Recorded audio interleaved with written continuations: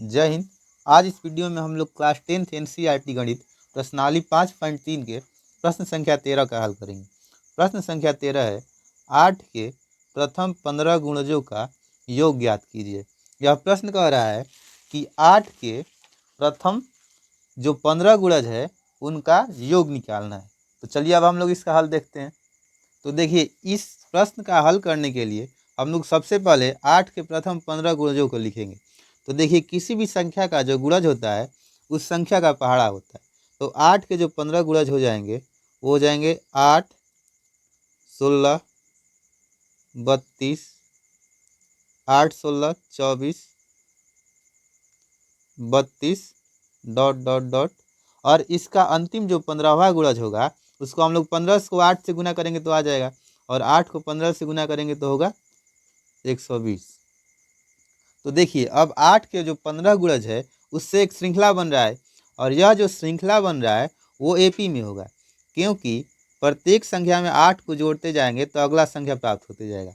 जैसे 8 में 8 को जोड़ेंगे तो 16 आएगा, 16 में 8 को जोड़ेंगे तो 24 आएगा, 24 में 8 को जोड़ेंगे तो 32 आएगा, और इसी तरह इसका अंतिम जो पद है उसको हम लोगों ने 15 से गुना किया है तो 120 आया है। अब इन सभी संख्याओं का जोड़ निकालना है।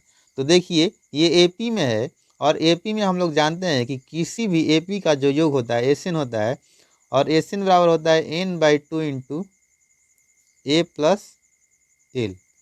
और देखिए, यहाँ n/2 इंटू ए प्लस एल में है n है कुल पदों की संख्या,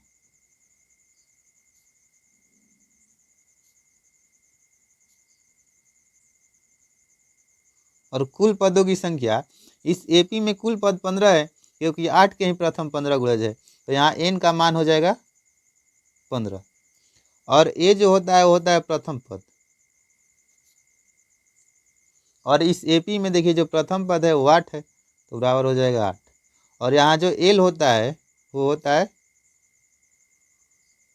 अंतिम पद, और इस एपी में अंतिम पद जो है वो 120 है, तो यहाँ हम लोग लिख सकते हैं 120।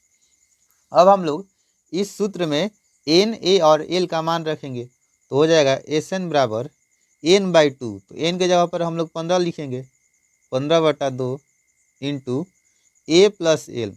तो देखिए, ए की जगह पर हम लोग 8 लिखेंगे क्योंकि यहाँ प्रथम पद 8 है, और प्लस एल जो है अंतिम पद यहाँ 120 है, बराबर हो जाएगा 15/2 गुना। अब देखिए, 8 और 120 को जोड़ेंगे तो हो जाएगा 128। अब 2 से हम लोग 128 कटा देंगे तो 2 छक्के 12 और 2 चौके 8, यानी कि अब हम लोग को 15 को 64 से गुना करना होगा। तो देखिए, 15 को 64 से गुना करेंगे तो होगा 15 चौके 60 की 0 होगा, हासिल होगा 6, और 15 छक्का 90 और 6 96, यानी कि 960 आ गया।